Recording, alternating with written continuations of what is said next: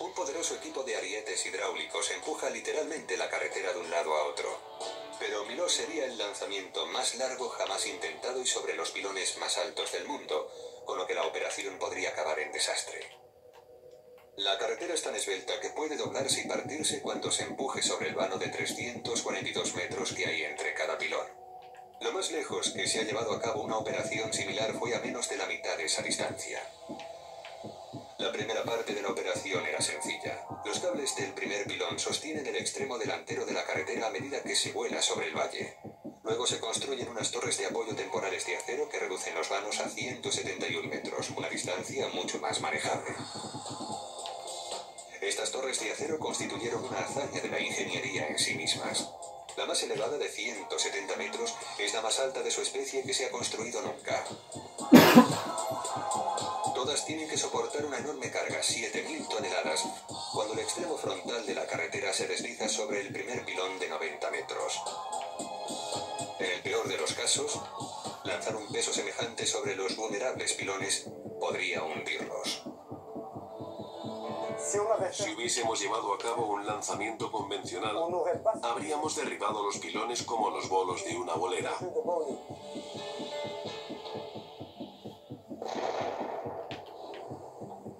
Alguien tenía que reinventar la forma en que se construía este tipo de puentes. Y fue a Marc Buonomo y a Jean-Marie Crémet a quienes se les ocurrió la genial idea. El truco consistía en utilizar una serie de sistemas de lanzamiento para elevar la carretera a la vez que se impulsa hacia adelante. Cada sistema emplea unos bloques en forma de cuña a cada lado de la carretera. Un ariete hidráulico empuja la cuña superior, que se desliza al mismo tiempo cuesta arriba por la cuña inferior y eleva la carretera sobre sus soportes a la vez que la hace avanzar 600 milímetros. Entonces la cuña inferior se retrae y deposita la carretera sobre sus soportes. La cuña superior regresa a su posición original y se reinicia el ciclo completo. Se colocan 4 de estos aparatos en cada pilón, todos ellos programados para funcionar exactamente al mismo tiempo. El resultado es que juntos pueden elevar y desplazar hacia adelante toda la carretera. Pero si uno falla o pierde el ritmo, puede provocar una catástrofe, ya que la fuerza desatada podría empujar los pilones del puente hasta derribarlos. Cuando estás allí arriba, contemplando Miló a 300 metros de altura, te preguntas si esto ha sido de verdad una buena idea. El futuro de todo el proyecto depende de un prototipo que nunca se ha comprobado.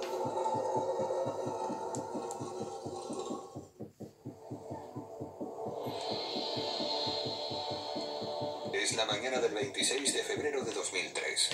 Es la hora de la verdad en el puente más alto del mundo. Todo está a punto de ponerse a prueba. Tanto la flexibilidad de la carretera como la fortaleza de los pilones temporales y el innovador sistema de arietes hidráulicos. Incluso Buonomo, el hombre a cargo de la operación, alberga sus dudas. Como nunca se había intentado, nunca, he de admitir que tenía miedo de que no funcionase. Las bombas se encienden, los pistones se ponen en marcha y la carretera comienza su gran travesía sobre el valle. En cuanto oí el ruido de los motores, toqué la carretera con el dedo y sentí cómo se movía. Cada 4 minutos la carretera se desplazaba 600 milímetros sobre el valle. Unos topógrafos medían su avance y se mordían las uñas al contemplar la carretera colgada del vacío.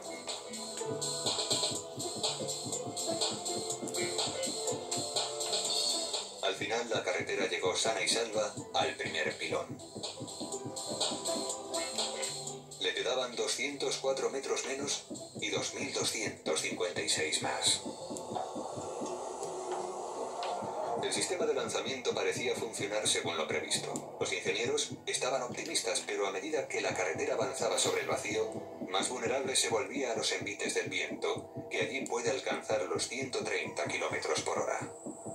Por desgracia, la carretera tiene la forma de un ala de avión al revés, y el mayor temor del equipo era que ese ala no despegase. Los Los ingenieros vigilaban sin cesar el viento y las condiciones climatológicas. Y cuando comprobaban que el viento les iba a conceder una pausa de 3 días durante los cuales no soplaría más de 85 kilómetros por hora, daban la orden de comenzar la operación y proseguía el lanzamiento de la carretera. La razón de esta precaución es sencilla. Los fuertes vientos pueden destrozar un puente. En 1940, el estado de Washington construyó un puente de suspensión sobre el estrecho de Tacoma al noroeste de Estados Unidos. Se inauguró con una gran ceremonia el 1 de julio. Pero la celebración duró poco tiempo. El puente tenía un gran problema: el viento.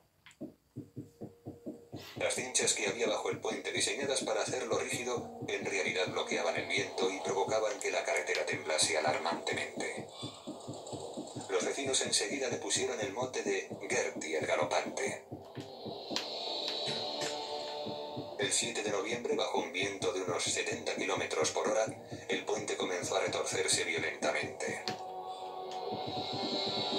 A las 11 de la mañana, Gertie el galopante se vino abajo. El viento estrelló el puente contra el río.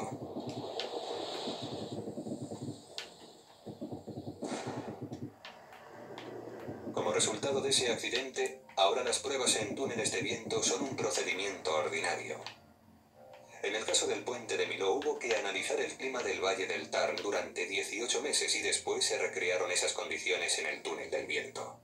El ingeniero eólico Olivier Flamand se quedó sorprendido con los resultados. La velocidad media del viento era relativamente baja, pero las turbulencias eran tan fuertes que provocaban subidas repentinas de velocidad. El terreno escarpado provocaba graves turbulencias a la altura del puente y vientos huracanados de 130 kilómetros por hora. Se comprobaron todas las características del puente para analizar los riesgos, las torres, los pilones y sobre todo la carretera. Pero no bastaba con examinar la aerodinámica del puente acabado. Había que descubrir cómo se comportaría en el momento de más riesgo, durante la fase de lanzamiento. Olivier y su equipo llegaron a una conclusión escalofriante. Los vientos que habían medido eran lo bastante fuertes como para expulsar de sus soportes al puente en obras y estrellarlo contra el fondo del valle a cientos de metros. Entonces comenzó la pesadilla. El 22 de agosto de 2003, 6 meses después de comenzar la operación de lanzamiento, uno de los sistemas falló y dejó el puente colgando en el aire. Para empeorar las cosas, los hombres del tiempo predijeron tormentas.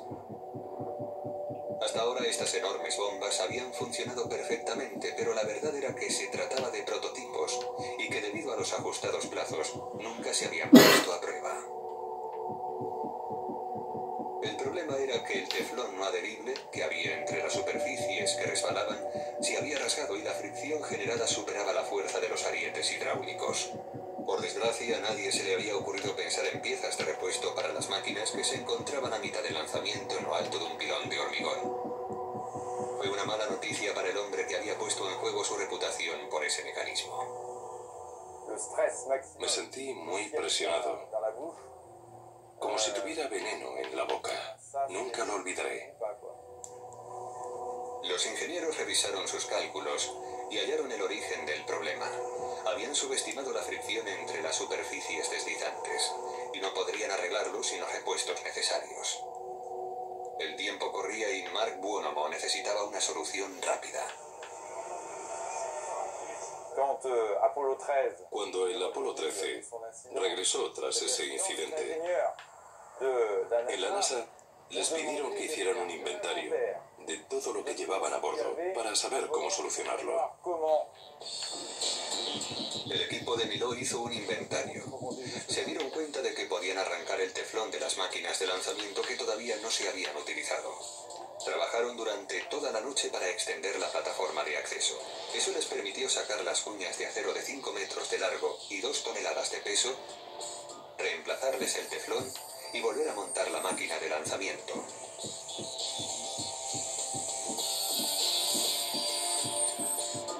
A las las 8 de la mañana siguiente estaba lista para reanudar la operación. El resto de la semana llegaron las tormentas previstas y otra serie de máquinas de lanzamiento se desgastó. Así que cuando la carretera llegó por fin al siguiente pilón, el equipo respiró aliviado. Es algo que no se olvida nunca. Pasamos mucho miedo durante esas 4 horas. Las dos carreteras prosiguieron su viaje sobre el valle. Día tras día, semana tras semana, se fueron acercando milímetro a milímetro durante 14 meses.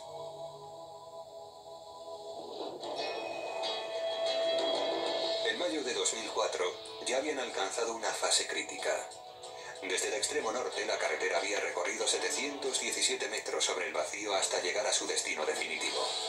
Desde el sur, el tramo más largo de carretera había recorrido más de 1,5 kilómetros. Solo había una sección sobre el río que le separaba, allí donde era imposible erigir un pilón temporal.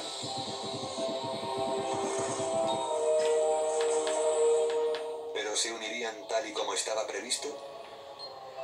Si los cálculos son erróneos, habrán construido el elefante blanco más grande de Europa. Incluso el hombre que había detrás de todo el proyecto tenía sus dudas. No estaba en absoluto convencido de que ambas partes del puente convergieran con perfecta simetría. Tenían muchas probabilidades en contra. Calcular semejante infraestructura con precisión es una labor hercúlea. Para empezar, los puntos de partida a ambos extremos del valle estaban a alturas distintas. Y en segundo lugar, el puente describía una sutil curva. Como resultado, cada panel de acero que componía la carretera tenía que estar cortado y soldado con una precisión exacta.